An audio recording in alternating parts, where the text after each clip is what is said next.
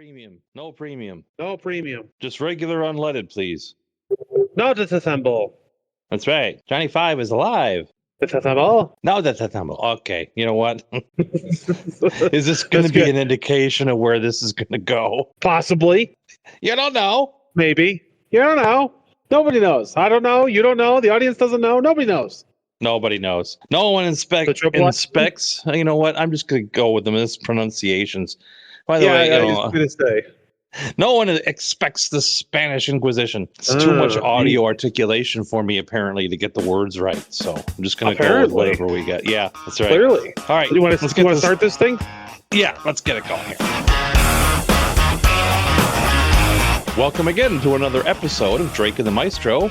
Almost relevant and almost live again. Wow. Again. Something. Again. All live. You know, you take your pick. Almost live. Is Tricia here?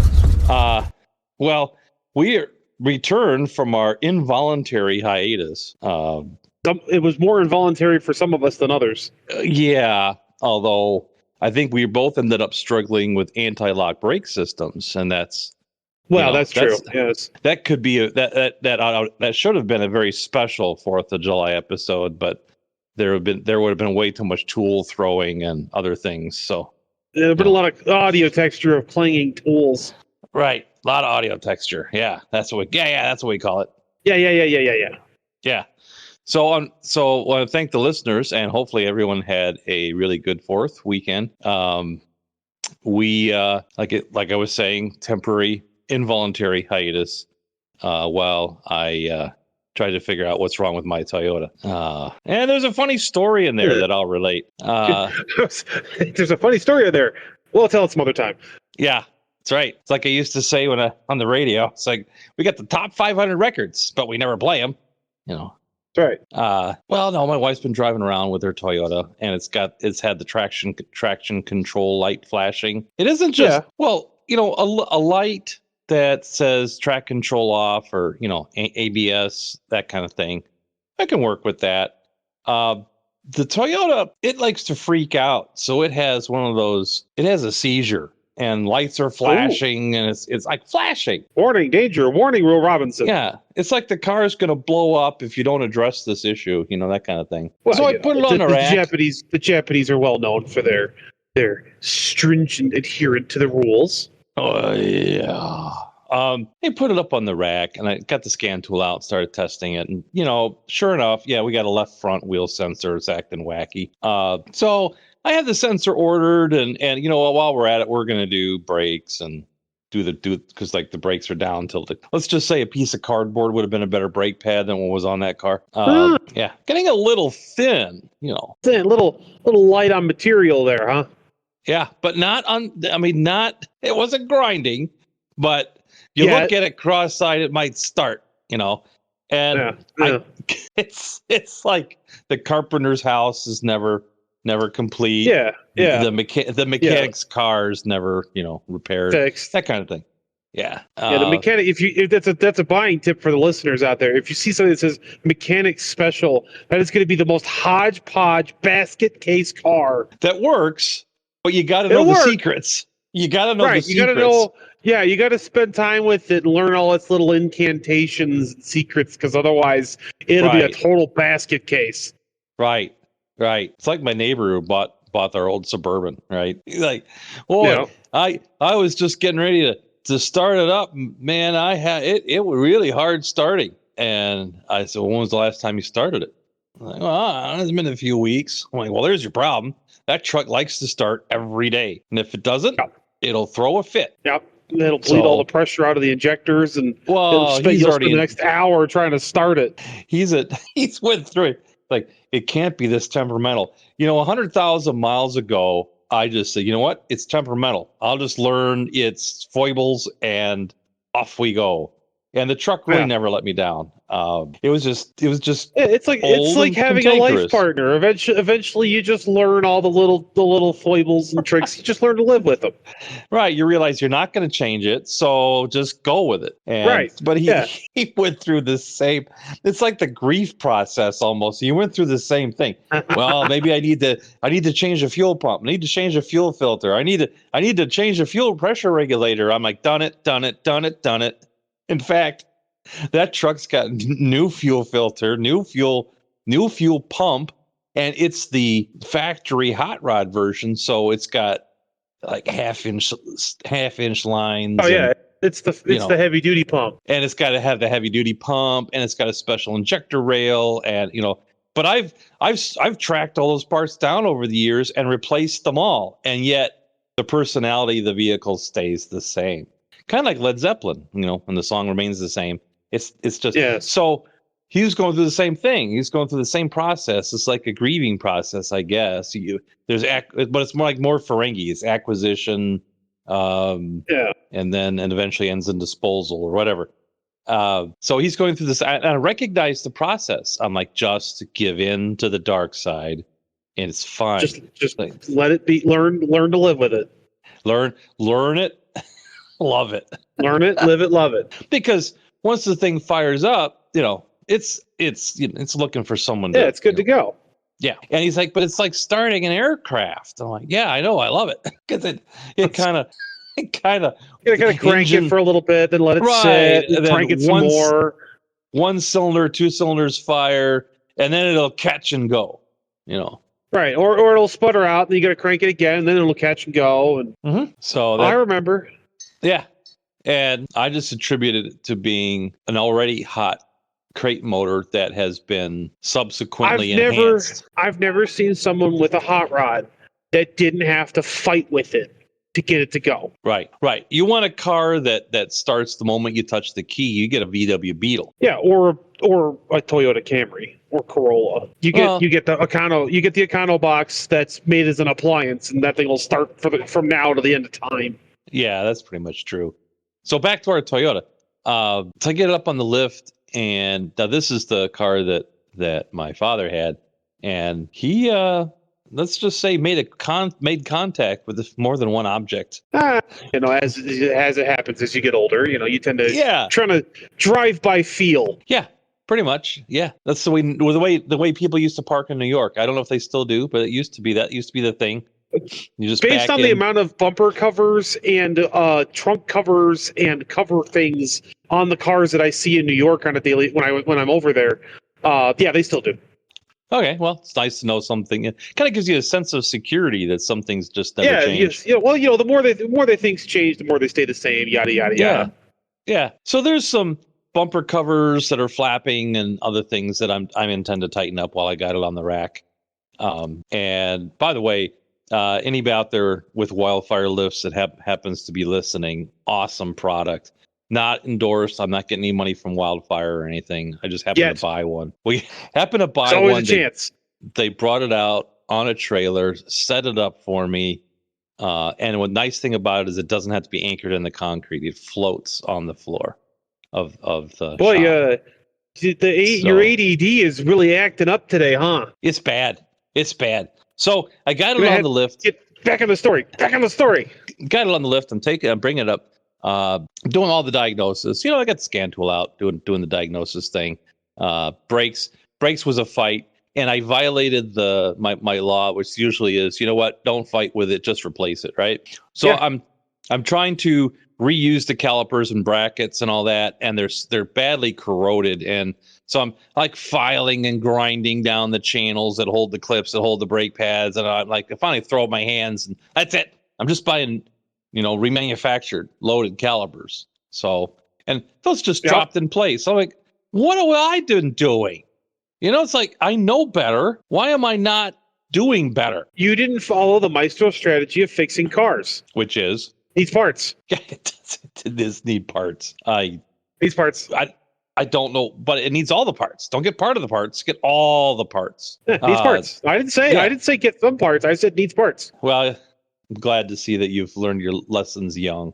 So I go through it, do the brakes, and I go through that cost me a whole day right there, just trying to reuse the corroded calipers and brackets. I should have just, the remans are so cheap. Anyway, got the whole thing done, repaired the damage to and got in the car, swapped out the wheel cylinder that the scan tool had said, and took it for a drive. Not only did I not fix it, it threw a new code. Ooh, new codes are fun. Yeah, saying that the wheel sensor was absolutely not there, basically. Like, oh. It's like no reading, it just says that there's no reading from that wheel. Before it was getting a reading.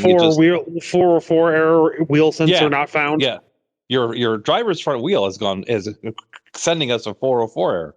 Oh, so then I'm like, oh, brand new one out of the box, right? So I go around. I since I look at the intermediate harness, I look at the brake controller, I look at all the others. Everything's fine. Like, okay, well, there's some leaves down under the computer. Maybe the mouse got to. A mouse got to the harness, happens. No, it's fine. After getting all up in there and looking and inspecting and all that, it's fine. So, what have I done though? What's the one thing that I by doing all the other inspection, I based it on a false assumption, and that is that the wheel cylinder that came, the wheel sensor that came in the box is good. Yeah, you would hope. No, you bought wrong. it. You would hope it was good. Oh, and it's expensive. They're proud of it. It's hundreds of dollars, right? Tens of dollars. You would think that there's quality control and the manufacturing. Yeah, right. These days, come on. Right. What are you, some kind of consumer? Right. So I go back to basics, which is what I should have done to begin with. You've got to tear apart the inner fender liner and all that to get to the connector for the thing. Anyway, I didn't want to do it, but I pulled apart the right side and I tested the sensor with a meter. And the right side, I got a number. Go to the left side, open. There's nothing. A brand new sensor. Okay, it's got to be bad. So I go and get a replacement. Now, while I was at the store getting the replacement that had to be special ordered, I brought my meter with me and I tested the one that they're going to give me. And it came pretty close to matching the one that is in the car on the other side. So we have hope now that we can get something that's going to work. And so I connect it all up and electrically it tests out fine. The computer clears its own codes. I don't even have to do it. It's seeing the new sensor. So I put the car in gear, spin the wheels, and the other wheel is reading speed. This one is still not reading speed. But the computer says its sensor is okay. It's just not reading any speed. But I'm watching the brake rotor turning. Okay. So I look very carefully, and the rust problem that I had with the brakes, with the pads not fitting right and all that, has that corrosion problem has already spread to the spindle, to the knuckle that sensor sits in, and is undersized. The corrosion has shrunk the hole that it sits in. Right. So now the sensor sits too high off of the tone wheel, and it's got too much of an air gap, so it isn't reading a signal. That's exactly what happened to my truck. And what's worse, I see there's a tie-in. And what's worse is someone's already had this problem. They've been beating it with a hammer and flattened it out, so now the hole has a flat knock in it, and that could well be why that other sensor failed. Someone was wailing on it with a hammer. Why? Because it's popped out of the hole. I wonder why. So then I spent time reshaping and reaming the hole to the proper size. And after that, I still had to I had to file down the sealing flange on the sensor to get it to fit. And it fit tight, but it fit. And then all of a sudden the air gap was closed down enough, and it got wheel. All of a sudden we start seeing wheel speed, and huzzah. So you fixed the problem? It fixed the problem. I put it all back together, and I went to the passenger side, which has already got the passenger side as part of my father's contact with something and loosening the bumper cover. We'll call it a brush with the success. Correct. The inner liner was sagging and rubbing on a tire, on the tire, so it rubbed away part of the inner liner. So I thought I would be, hey, you know what? I've got some small pieces of diamond plate aluminum in black, and I'll just use that to fill the part of the fender liner that's been worn away, right? What could I use to fasten that? Well, I have some self-tapping stainless steel black truss head screws, short ones. I feel around. There's the windshield washer tank is behind that, but there's space. I feel like I know where this is going. Have someone help me pull the thing away, so I'm not sinking stuff directly into the, I'm not screwing directly into the windshield washer solvent box. You hope. I hope. So I put the panel behind there, screw the wheel liner down. Everything looks good. Put all the quick fasteners, the nylon fasteners, which all broke. So, of course, that's another investment. Every time.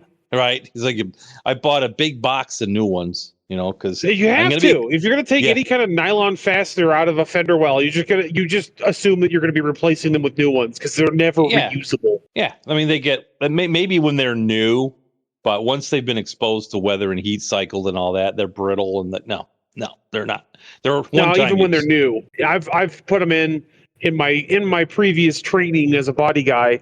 We would put them in, and then part of it was you'd have somebody else would take them out. You kind of all rotate positions on the car to do different things. Yeah. And so you'd put the new ones in, and then you'd pull them out, thinking, I could reuse these, and then they're all stripped and bare. It's like, oh, I guess not. Right. And it would seem that guy over there just put them in 5 minutes ago, and they're already ruined. It's just like Ford is adopting that theory on their bolts on their vehicles too now. They're all one-time use. Yeah, single use, one-time use, torque to yield. It's so you tighten the bolt to its specific torque, and then you go X number of degrees, turn further, so you stretch the bolt. Yeah, so you're stretching it into the threads to put tension on it. And then since you stress the bolt, it's done. Toyota has figured out how to make the bolts reusable and still do torque to yield, but apparently that baffles the Ford engineers. So, there America's you go. Too big and gangly. Oh, Caucasian. Yeah, they're insert Sony commercial here. Japanese, they're short. So their eyes are closer to the electronic components than many other nationalities.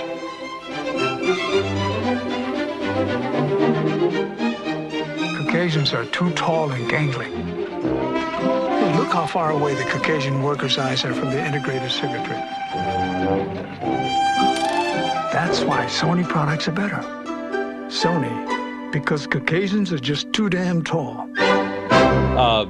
So I got all done. And it looked nice. The well liner's in. I got the new clips in. It's like perfect wheels. So I'm checking I'm getting ready to lower the car, and I see a drip. Like, no, oh no, we sprung a leak, matey. Yes. Now I couldn't have done it any better if I had tried. Apparently, when I did a final, because I can't leave stuff alone. That's my biggest problem is knowing when to stop. Yes, you have perfection be the enemy of good enough many times. Yes. Yeah. It's like a much Mr. to your own Monk detriment. OCD almost. It can be crippling. Because I wanted to give that screw one last ooga dooga, right? You never give it one last. If it's in, it's in. And I didn't have someone pushing back, so it did ooga dooga, and it pierced the discharge hose on the windshield washer reservoir dead center. It just good shot. Nice shooting, kid. 1/4 inch either way, no issues. I just happened to get it on the hose and dead center on the hose. Just right. Perfect. So a little bit of Flex Seal on that. You could go about your life. Or nylon splice and some new hose and whatever you want to, however you want to do it. Tomato. But it's because I couldn't leave it alone. Now, the upside is when I'm done with it, because I'm not done with it yet, there'll be a better repair. Sounds like you're done with it to me. It's done with me. No, I had to, I pulled the whole fender liner out, and then I'm going to redo it and trim back the salt tappers and all kind of stuff, I mean, Might as well do it right, just like the brakes. What are you, Try some to kind cut of a corner. professional? Yeah, but don't let it get around. Don't let it get around. So it ends up, it looks like I got tripped up by a ABS sensor not fitting right, and you did too? Sort of. I had road debris, so I was leaving LA on California 60, which kind of runs between I-10 and the 605 or 705. Sorry. You see, you made it out of LA without riot or fire damage, so that's a plus. Oh, clearly. Yeah. But not wholly unharmed. By the way, I picked running over homeless encampments is not considered road debris. Just that was the issue. Yeah, just FYI. No, it's just it was like a big piece of like saran wrap or something, like a wrap or something that was in the road, and because of how big it was on 60, I couldn't really go left or right to like avoid it. Yeah. I really had two options: run it over or slam on my brakes. And the second option's not really a good idea in heavy traffic, so I ran it over. I figured that's saran wrap; it'll be fine, right? It's not a cardboard box. It's not a big piece of metal. It'll be all right. Well, it must have gone under. It went under the truck. It must have got tangled up around one of the ABS sensors, one of the wheel speed sensors, and it was fine for a while. And it must have finally fluttered and caught one of the drive shafts. Oh, and got yanked out because it pulled the sensor away from the tone wheel, which is what happened. Yeah. So it got caught in something spinning and pulled it out of place. And that's why the traction control and all that went off, as it lit up my dashboard like a Christmas tree. And 8 hours in a Volvo dealer later, they were able to push the sensor back in, lock it back in place, and go, okay, you're good. And needless to say, that cost about $500. Yeah, for the tech to go. There it is. Oh, yeah. Here you go. Click. Yeah. Of course, he did the same thing I did. You write immediately to the scan tool and the computer and start looking at stuff rather than putting the peepers on the thing. Oh, I tried to put the peepers on the axles, all that, try to see anything. I couldn't see anything. But it was also 112 in Phoenix. And, sure. So you're under there melting. Right. I don't feel like laying on the ground and becoming a seared steak while I'm trying to assess the underside of my truck. So I figured I'd let the dealer deal with it. Yeah, of course. Or they can do it in a nice air-conditioned shop and on a nice clean-ish floor, and yeah, where I don't have to bake. My truck was so hot. How hot was it? How hot was it? Right. I'm sorry, my inner Yakov Smirnoff took over. I couldn't touch anything that was metal or black, which is most of my truck. Yeah. It's just like like walking on the sand on the beach without your shoes on. Yeah. And then, or the sill of a Dodge Viper. Right. Yeah. I mean, something happened last night that's never happened. I've had this truck for about a year now, and I've never had this issue. But I don't usually spend the night in Phoenix. For those of you who have never been to Phoenix, well, yeah. For those of you who have never been to Phoenix, it's hot all the time. But it's hot dry during heat. The day. Yeah, it's a dry heat, so it's fine. You know what else is a dry heat? A campfire. But you don't see me sticking my hand in it. It's one of the few places in the United States that I know of, other than like Death Valley, that gets triple digits on a regular basis. But it is also really hot at night. And that makes a difference. You get hot overnight. So. Last night, overnight, it was 95 degrees in the middle of the night. My APU gave up trying to air condition my truck. It shut down. I'm out of here, man. Yeah, it actually as I was half asleep, and it shut off.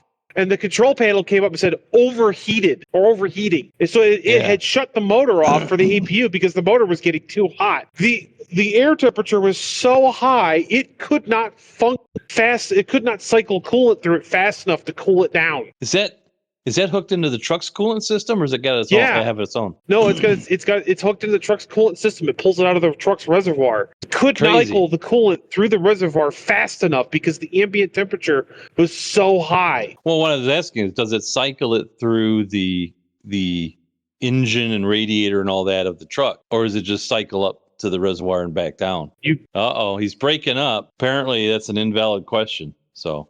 Hello? We'll just move on. Oh, there you are. Hello? No. Yeah, I didn't hear what you said. What did you say? It doesn't even matter. I don't even remember what I said. I just said something about the ambient temperature being high, and you had a rebuttal, but then it cut out. Yeah, that's okay. You'll just have to listen to the episode to get the. But I want to know now. Oh, I was just curious if your APU circulated its coolant through the engine on the truck. Its coolant. I think if it was so. just pulling out of the reservoir. I think it cycles through the whole system. I think it pulls through the whole system. It uses the engine block as a big thermal mass. Yeah, so you would think that it had to be really hot then. Yeah, I mean the truck was hot when I shut it off. Yeah, it was 100. Truck's running at 190, and when I restarted the truck, because I was like, okay, well I still need air conditioning. It's still 90 something degrees outside, even with the sun down. I started the truck back up, and it was over the temperature gauge went up over 190. Oof. Yeah. I mean, diesels run hot anyway, but that's hot. Well, no, they don't. Diesels are pretty. No, a lot of times running, you have at least the my old oil temperature right now is 218. Well, I think they've got new controls, thermostats and whatnot, to allow the engines to warm up. Because it used to be in the old days, when you had shutters. When you had shutters on the radiator and no thermostat in the engine, diesels had a tendency to run too cold, and they would develop acid in the oil from the sulfurs because the oil wouldn't get hot enough to evaporate off the water, and so you would get basically you're getting sulfuric acid in your oil. It's forming because the engine doesn't get hot enough. So believe me, it's hot enough now. I think modern diesels, they've corrected that, and it sounds like they may have gone too far, which makes it interesting observation. It used to be the Mighty Semi. I mean, Mighty Semi truck could run over a Dodge A-body and just drive away unscathed. But now the modern Semi is defeated by shrink wrap on the expressway. And because the truck still ran, it still drove, it just didn't have ABS. Well, it didn't shut down. It's setting off alarms and all. The only alarm you had. Set off an alarm. Back in the old days, the only alarm you would get would be low air. I'll tell you, right up until you crashed into the sedan in front of you because you didn't realize you had low air. Right, it's Dodge A-body. Well, then the brakes eventually, snap on, and then you come to an uncontrolled skidding halt, and then going off the thing and rolling over and crashing and burning. Just like the good old days. Yeah, when you died like real men, yeah. Mm-hmm. That's right. Well, just ask Dennis Weaver. I personally know someone who had their entire wiring harness involuntarily stripped out of their truck because the way the manufacturer ties the wiring harnesses for these trucks up is they're tied up inside the frame rails with zip ties, fancy zip ties, but zip ties nonetheless. Yeah, right. And the zip ties failed. They were just bad. They weren't put on properly or whatever, and his wiring harness did they get them onto from his drive shaft. What happens when you get your zip ties from Temu? Yeah, so his entire wiring harness and all his hard air lines dropped onto his drive shaft, which was currently spinning at whatever it takes to spin it to get you going 70 miles an hour. Right. And it just ripped the wiring harness straight out of the truck. Yeah. Oops. The entire harness just pulled it all the way out of all the frame rails, pulled it out of the firewall, the whole deal. And speaking of Temu, my niece she's like doing puzzles, like jigsaw puzzles. Uh-huh. So she ordered a bunch of puzzles from Temu. Uh-huh. My sister told her, don't do it. Yeah, you're not going to be happy with the result. They're so inexpensive and they look cool in the pictures. Yeah, they're going to be like they're going to be a two-piece jigsaw puzzle. No, it was like 100,000 pieces or something like that, right? But the pieces are micro cut. They're laser micro cut. So the whole puzzle is about the size of a postcard. You're putting it together with a magnifying glass and tweezers. That's funny. Don't do it. You think it's a normal size puzzle, but you're wrong. Right. So some clever Chinese use a macro lens to photograph the picture up close, the puzzle, and make it look huge. But it's the size of a postcard. It's like it was a crazy number of pieces, like 1,000 pieces or something, and they're just tiny little pieces. Tiny. I feel like that's more work. I feel like that's more work than making a regular puzzle. They're not putting together a regular puzzle, making a regular puzzle. I don't think so, because labor is like cheap to the Chinese. So if they have the manufacturing to do it, the labor, whatever. Well, yeah, I mean, I've also heard stories of like on like guitar forums and stuff of people buying guitars from Temu and stuff like that, and they don't come with like they're missing like a truss rod, like in the neck is missing the truss rod, so the neck's all bowed. You don't need that. The hardware, like the pickups aren't wired up properly; they're like wired backwards. Yeah, and apparently my wheel sensor came from Temu as well. Apparently. My thought was like if you want a cool wall hanger. You just want a guitar you can hang on your wall because it looks like one that you want. Yeah. Sure, just make sure you're getting one that fits in the palm of your hand. Right. Well, if you want a cool wall hanger, get the one from Temu, maybe, or if you want a project guitar where you're gonna like replace the neck and replace the pickups or redo the pots or whatever, the hardware. Replace the guitar. You want that shape or you want that paint style, but they don't make it anymore, and you're going to just redo it. Like, okay, fine, But you got to know that going into it, kind of thing. Right. Like, you got to know you're getting a hunk of crap, and you're going to basically have to redo the entire thing. To her credit, to my niece's credit, she is such a hardcore puzzle person. She sat down and did all of the puzzles. Got like a magnifying, using your cell phone as a magnifying glass. Right. Put them together, then like took a picture, and then disassembled them, put them back in their packaging, and returned them. Nice. Right. That's the best. That's the best.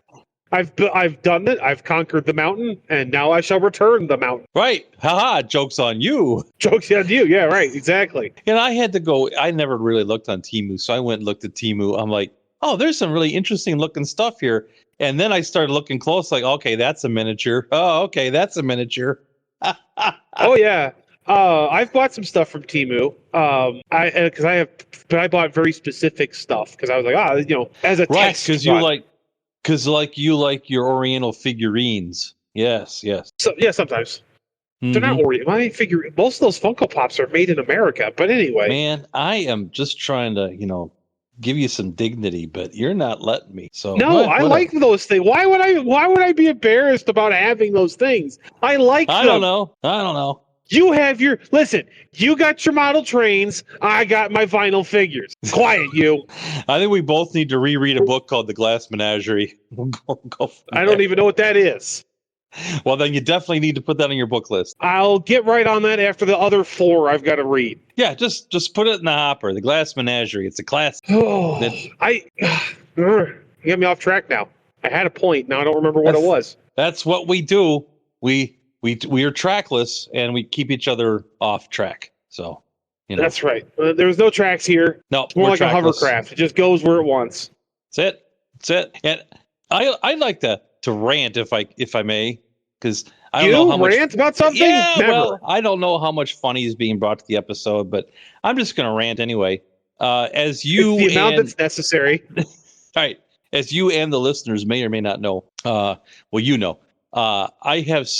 can walk somewhat. I'm not totally stuck in the wheelchair, but after walking, I've been meaning to get around to fixing that, but I just haven't had the time to come by and break your legs. Well, they're doing it on their own. I mean, this is it's getting progressively worse. I just figured if you hate incomplete things, I just figured I'd speed up the process a little for you there. And so my legs are getting worse. The joints aren't staying together. Originally I had leg braces, and then it went to a walker, now a wheelchair. But I can still get up and walk. I got to have my cane. Got to be careful. Got to take it slow, and I really can't go very far. And I was down on my way into town. I was going to picking up wheel sensor, but I realized that there was a certain amount of pressure building, if you will, and it must be relieved post haste before there's a puddle left in the van.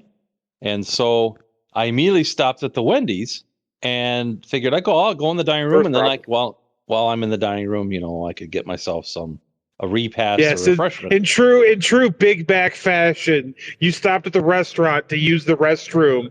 So that I'm here. I know, and I know it's close to the door, and all that. And I know no, I know it's just such a fat thing to do. It is, yeah. Skinny people. Don't stop at the convenience store. Don't stop at the places that maybe is less tempting to get food. Let's stop at the fast food place. So I get there, I park in the handicap spot, I go to the door, and it's locked. I'm pulling the door, the door. And there's a guy in a Wendy's uniform coming around toting a trash can. I'm like, what's going on? He's like, dining's closed, drive through only. Like, what? It's like, yeah, there's only a couple of people in there and it's closed. It's like, what? So I'm getting back. I'm hobbling back to the van and then climbing up. And another old guy pulls in the space next to me, and he's hobbling out of his truck. Yeah, it's almost like there was a large generation of people born between, I don't know, like 1958 and 1965 that are now getting to the age where they need help walking. There's a term for it, but I just can't think of it right now. Well, think about it and get back to me. Okay. And so he's going for the door. I'm like, yeah, it's closed. They're doing dining room only. He was like, well, screw that. It's the last time I come to this place. Like, okay. Which was kind of my sentiment anyway. But I know myself. I'm going to use the app and I'm going to be back. So there's no point in threatening what I'm not going to do. We both know you're a big back, just like me, and you're going to be using the app to come back. You just can't get away from the abusive relationship. So the next place, and this is why you say go to the convenience store. Well, the next place is the convenience store fuel place, and it's it's got a truck stop. It's big, and so there's a bit of a distance to traverse. So I get out, I got my cane, I traverse the whole place, get to what I got to do, which the little boys' room is always way in the back, so that's why I didn't go there to begin with, and do what I had to do. I'm coming back out, and there's a whole conga line of gaggle young people coming in and out of the station, and and of course everybody next to me is young, but 20 somethings, teens. And I'm walking out and I'm hobbling along and I'm going towards the exit and people say, well, why didn't you get out your wheelchair? So, well, this was the pressure was there. Get out the wheelchair. That takes It becomes the point where you have to make the decision: do I deal with the pain or do I deal with the embarrassment? Right. That's about it. So I went with the pain. I've been there. I've been as a truck driver where you cannot just stop anywhere to go to the bathroom. You have to sometimes you have to make a choice of, do I stop on the shoulder to relieve the pressure or do I just go in my pants? Because something's gonna give here. Yeah. So I'm coming back. Everything came out all right. And I'm hobbling my way back, and people are talking. They're nice, and the it's interesting. The men are like, hey, can we give you a hand here? Can I get the door for you? Whatever. And the women are like 10,000 miles stare, not making eye contact, don't want anything to do with me. Well, okay. That's whatever you got to do for you. But what this is where the rant comes in. I'm hobbling towards the exit. Is this finally where the rant comes in? Are we finally getting there? Oh, I had to set the stage. You were setting the stage for a while now. Here comes a tall, tan young lady, in summer wear, and she's coming right for me, and she's purposely looking up and away from me and not altering her gait or her trajectory, to the point where if I was to keep walking, or even if I just stood there where in my tracks, she would have run right into me. And she was expecting me, the old dude with the cane, to move out of her way. So I went down an aisle, came back, got out of her way, went down into the aisle. I just shuffled all down the aisle, then came back to get out of her way. And it was not even as much as, oh, pardon me, or, oh, whatever. It's just, I tell you what, if I wasn't afraid of litigation, I would have body checked her. There would have been a hockey game would have broke out, because all they would have had to done is just stop and stand there and do nothing. I've run into those women or people, because it's not just women. I've run into some men that do that too, where they'll just walk at you expecting you to move. If it was a dude, he would have been on his backside. Somebody would have been on their backside. It was only on a deference that she was a young woman that I I believe that this is they want equal rights. They get equal rights and equal lefts. Yeah, equal rights and lefts. Yeah. I just don't move. I either continue walking at them and they're going to move for me because they haven't shown me that they haven't attempted to show me the courtesy of trying to move out of my way.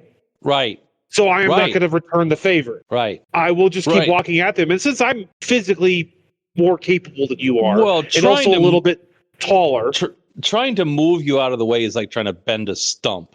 You can do it, but man, you better be on your game and up to the challenge. Yeah, it's kind of like running into a brick wall. It's not going to feel good for you or the wall. And so yeah, I'll just walk at them. And I'm large enough, and I tend to have kind of a resting, angry face. So.